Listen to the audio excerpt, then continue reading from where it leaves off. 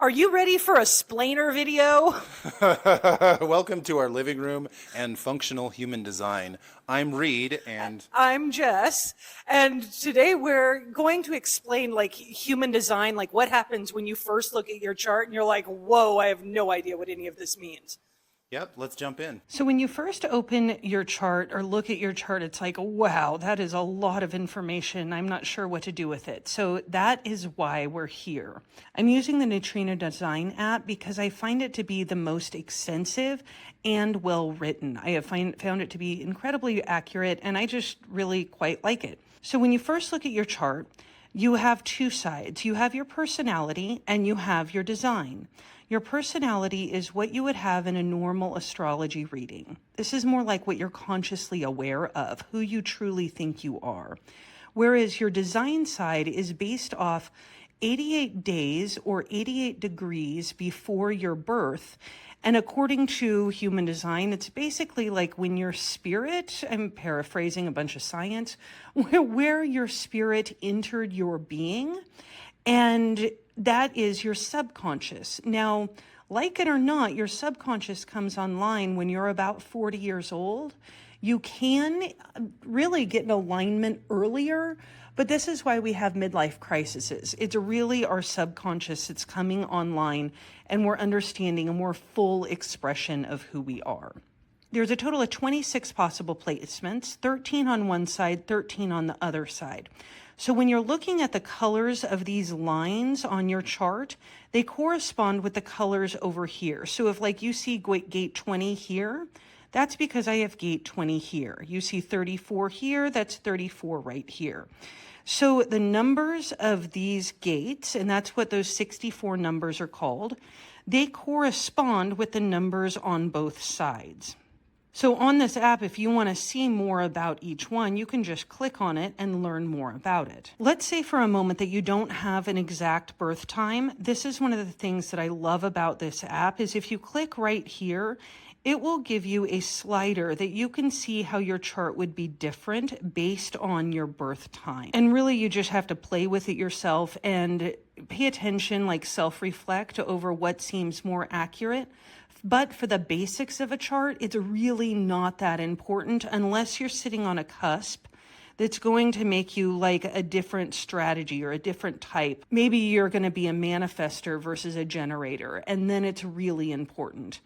So you just kind of have to play with this slider if you're not certain of your birth time to give yourself a better understanding. So when you scroll down just a little bit, this section is the most important section for understanding the basics of your chart. Your profile is one of my favorite sections. There are 12 different profiles, and they are based on the lines of the I Ching. And they are incredibly profound because they provide like the costume of the type of person that you are. And it's just really profound when you understand how the lines work. It's something that I focus on a lot because it's really very simple. There's only 6 of them, and they're very easy to grasp.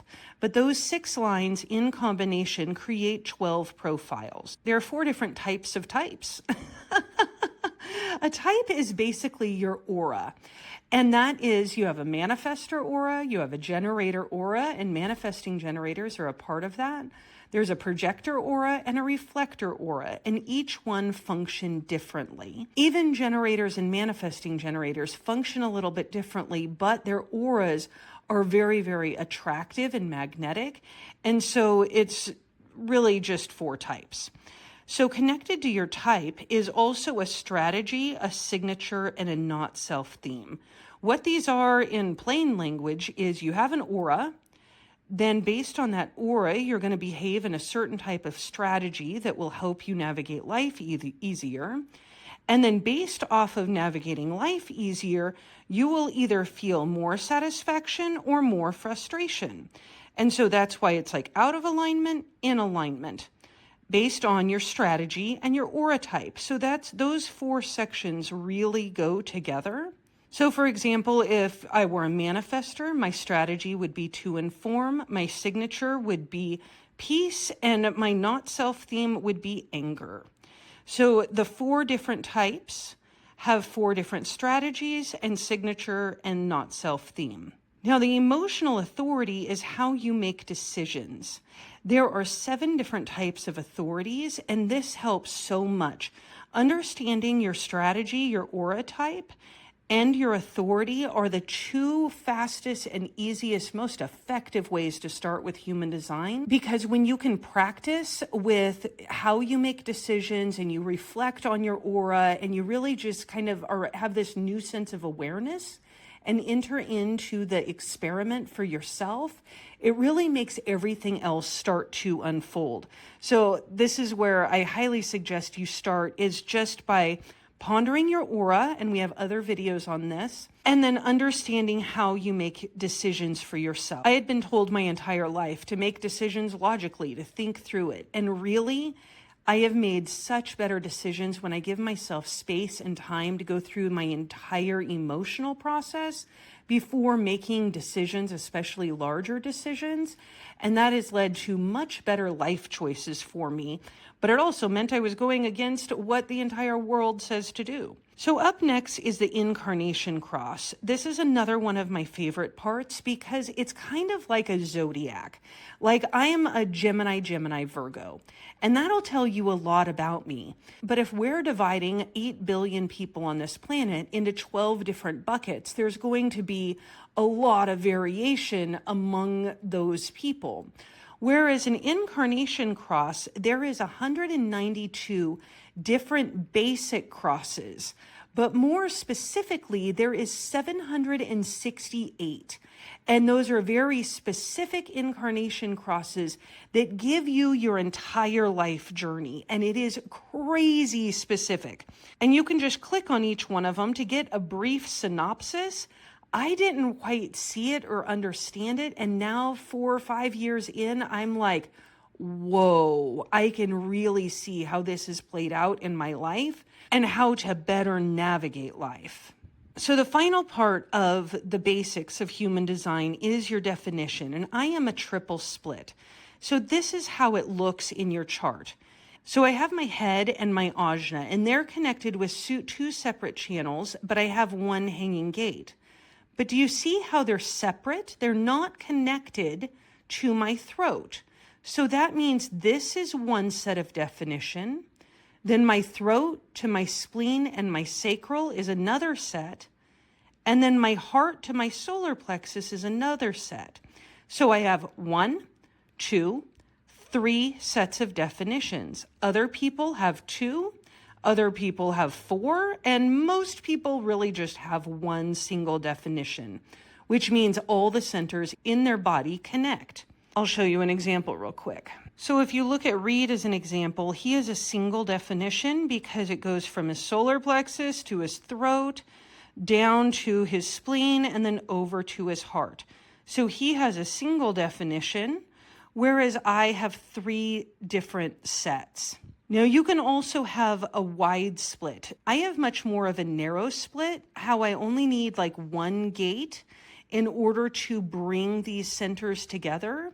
Some people have wide splits. So they might have the head and ajna connected and then like the spleen and root.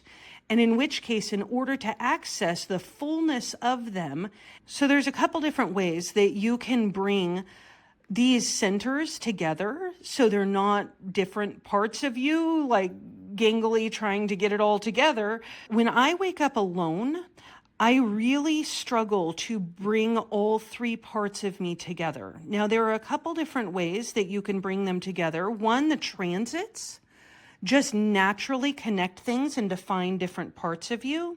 So you can see here that my root is currently defined because we have this transit going. However, I am still a triple split.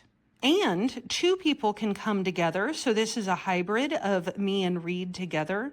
He is the golden side and I am the green side. And you can see how our charts complement each other in some ways. And then we have a lot of pairing gates. If you want to know more about looking at charts together, we have a video on soulmates, twin flames, and attachment.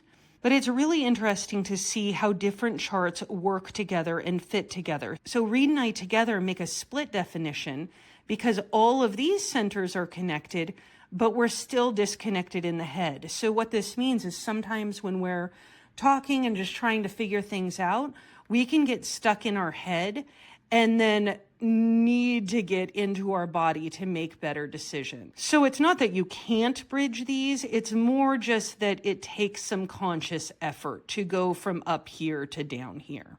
I love answering questions. It's one of my favorite things in the whole wide universe. And I'm so excited that you're here. And if you're not a part of our Skool community, jump on in. It's absolutely free. We are having so much fun going over charts, understanding more of who we are, who we're not, and how to have better relationships with the people around us. I love you tons. We'll talk to you soon. Bye.